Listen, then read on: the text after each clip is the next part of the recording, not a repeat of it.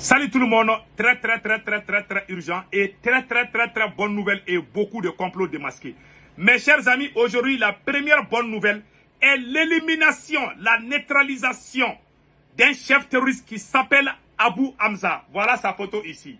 Un chef terroriste a été neutralisé par la puissance de feu de l'armée malienne depuis Tinzaouaten. Mes chers amis, les bébés gâtés de la France, nous venons de voir un article où la France accuse l'armée malienne de massacrer les populations civiles à Tinzaouaten alors que c'est faux. Vous voyez, quand on est en train de gagner contre les terroristes, ils vont dire que c'est des civils. Après, je vais vous montrer tout de suite. Donc, la deuxième bonne nouvelle aujourd'hui, mes chers amis, le général Surovikin, depuis la Russie, voilà, fait des travaux propres, fait des travaux propres en Afrique. Vous les voilà ici.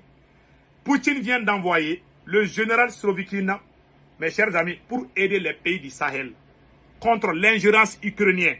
Donc, avec les forces spéciales russes, il y a beaucoup de forces spéciales russes actuellement dans le Sahel avec des membres des services de renseignement russes. Donc, nous venons de recevoir ça tout de suite. Donc, après, on va vous donner des détails. La troisième nouvelle, mes chers amis, l'ancien président du Burkina Faso, colonel Damiba, les attaques lâches terroristes de Barsalgo a été planifiées par Damiba. Voilà. Colonel Damiba Samadogo, c'est lui. D'après la page Anonymous Alpha. Voilà. Il paraît que c'est Damiba qui est derrière l'attaque de la population civile à Barsalgo. Damiba et certains officiers déserteurs de l'armée burkinabé étaient, voilà, vous voyez, il y a quelques images qu'on vous montre ici, là. Voilà. Donc, mes chers amis, voilà les vidéos d'aujourd'hui. Donc, nous allons commencer déjà à fêter la victoire. L'armée malienne a fait des frappes aujourd'hui. La frontière entre le Mali et l'Algérie, il y a un grand secret que je vais dévoiler aujourd'hui. Mes chers amis, d'abord, dans une localité, l'armée malienne a d'abord fait la frappe de 2 pick-up remplis de combattants terroristes dans la localité de Inta-Charaday. Plusieurs terroristes ont été neutralisés par la puissance de feu de l'armée malienne. Deuxièmement, plus de 200 pick-up étaient en train de quitter l'Algérie. Voilà la carte que je vais vous montrer tout de suite. Plus de 200 pick-up quittaient côté Algérie pour se rendre au Mali. Voilà la carte. Voilà Tinzaouaten côté Algérie et côté Mali. Donc, plus de 200 pick-up remplis de terroristes. Il y a des pick-up qui ont traversé la frontière. Automatiquement, l'armée malienne les a limés. Et les restes ont fait marche arrière pour aller en Algérie. On va parler de ça aussi. Donc, mes chers amis, je vous dis aujourd'hui, les nouvelles d'aujourd'hui sont impeccables. Allons-y avec la première bonne nouvelle. Ça, c'est l'élimination d'un chef terroriste qui s'appelle Abu Hamza. Voilà sa photo ici. Qu'est-ce qui s'est passé? D'après AS Info, neutralisation d'un cadre terroriste majeur à Tinzaouaten, une source exclusive de notre média AS Info révèle que le terroriste musulman Abu Hamza a été éliminé lors des frappes de drones des forces armées maliennes menées le 25 août 2024 près de Tinzaouaten. 5 autres combattants qu'il accompagnait ont été également neutralisés.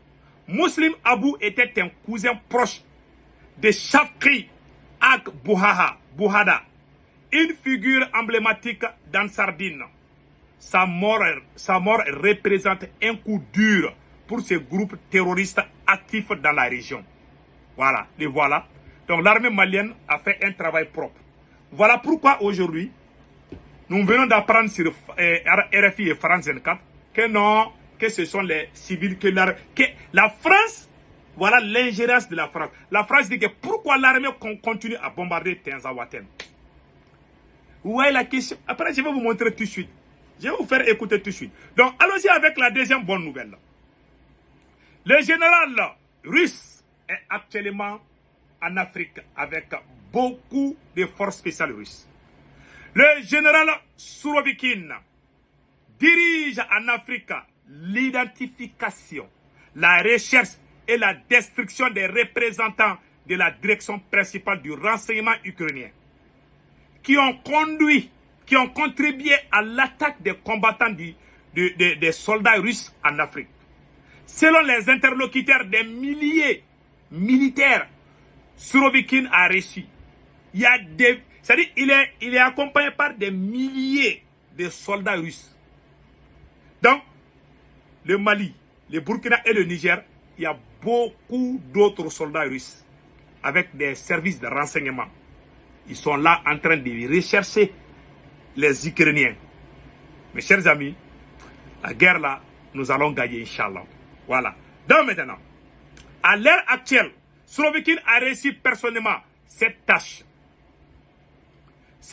des mains du chef d'état-major des forces armées russes, Valery Gerasimov.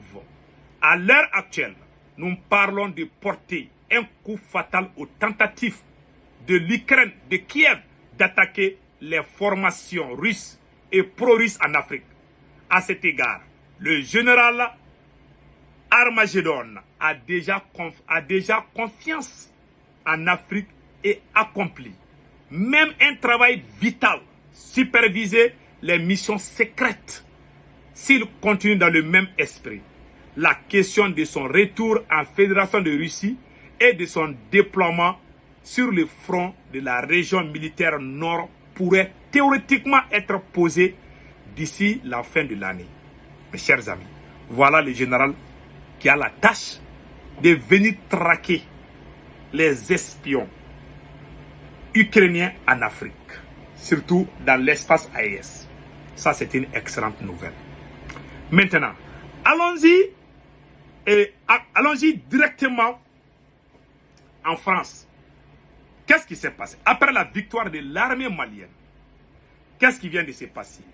La France accuse l'armée malienne. Voilà ce qu'elle a. Comme plusieurs sources locales affirment qu'une vingtaine de civils, dont de nombreux enfants, ont été tués dimanche par les frappes de drones à Tinzaouaten, où l'armée malienne et ses alliés russes avaient subi fin juillet une lourde défaite. Ils sont contents de dire ça. Hein. Voilà, voilà ce que la France dit. Que nous, on est en train de... Pourquoi le Mali est en train de bombarder Tinzaouaten? Tinzaouaten fait partie du Mali. Les bandits qui sont là-bas, là, on va les détruire tous. Mais on n'est pas contre les enfants là, les menteurs. Écoutons ce que la France est en train de dire. Écoutons. Christophe Wazinski, bonjour.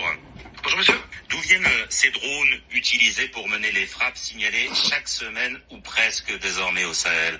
Alors il y a des drones qui proviennent notamment de Turquie, enfin qui ont été produits en Turquie. Il y a également des drones qui sont produits par la Chine et qui ont été acquis par certaines des armées de la région. Voilà, c'est essentiellement de là que proviennent les drones, mais je voudrais ajouter que les frappes aériennes, ça concerne bien entendu les drones, mais ça concerne aussi dans un certain nombre de cas en Afrique l'usage de canonnières volantes plus classiques telles que des avions et des hélicoptères armés. Pourquoi cet engouement toutefois pour les drones de la part des pays africains? Est-ce parce que c'est peu coûteux ou est-ce parce que les risques sont moindres pour les armées nationales? Alors je pense qu'il y a un mélange des deux assez clairement. Donc les drones donc vous sont attendez effectivement des moyens d'attaquer, de mener des frappes sans ou avec assez peu de moyens au sol.